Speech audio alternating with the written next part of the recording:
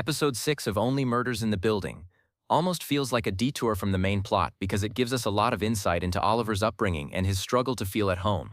I feel like this is the first time we get to see so much about Oliver, and it makes a little more sense why he's so caught up in showbiz.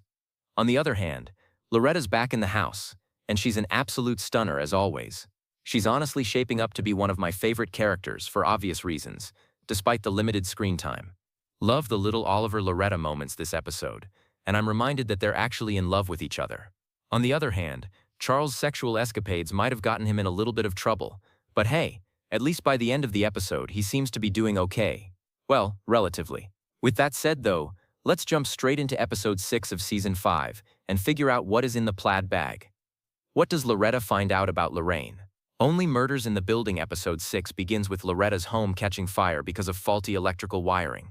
Her precious home with everything in it was destroyed just like that. The worst part is, she wasn't even around to try to save anything.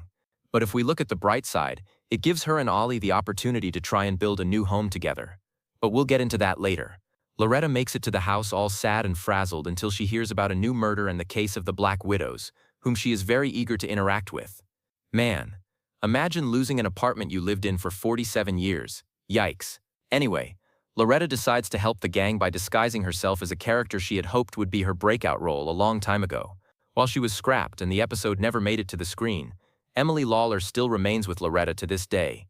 So while Charles has got his phone back from Sophia and is immediately using the apps again, Loretta and Oliver are off to Brooklyn to try to understand what is in the infamous plaid bag. Also, it's very clear that Mabel's feeling a little bit lonely in the middle of all of this. Ironic,